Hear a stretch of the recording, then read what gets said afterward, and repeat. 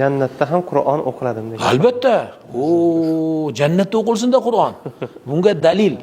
Alloh Ar-Rahmandir. Allohning o'zi Ar-Rahman, Allohning o'zi Ar-Rahimdir.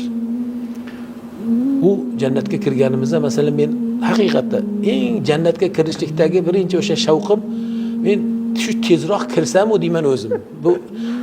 Bu vali zot ekan, bu savolni bergan zot. Alloh aziz qilsin bu zotni. Men doim jannatga mushtoq bo'laman. Nima uchun bilasizmi? Alloh shohiddir. Mana Ramazon arafasidamiz. Shu tezroq kirsam-u, hatto u anhor, u qasrlariga men e'tibor qilmayman. Alloh shohiddir.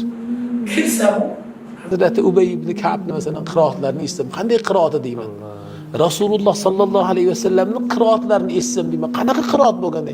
Hatto men tushlarimda ko'p duo qilaman, lekin gunohimizdir, bir amalimizda zaiflikdir, hech ko'ra olmayapmiz. Rasulullohni hatto tushlarimizda ham qiroatlarini eshitsaydik degan dunyolarda umidda yashayapmiz. Endi u yerga kirganimizdan keyin eshitamiz. Abdulloh ibn Mas'udni eshitamiz. Zayd ibn Sabit al-Ansariylarni eshitamiz. Ubay ibn Ka'bni eshitamiz.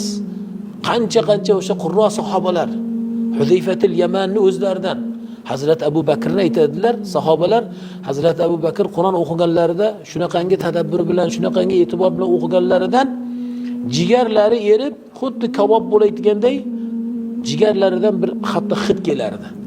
Nega? Shu Qur'onga berilib ketganlaridan. Hazrat Abu Bakrlarning qiroatlarini eshitamiz. Eng afzali payg'ambar alayhisolatu vasallam, balkim Davud alayhisolatu vasallamni zaburlarini eshitamiz. Zabur Davud alayhisolatu vasallam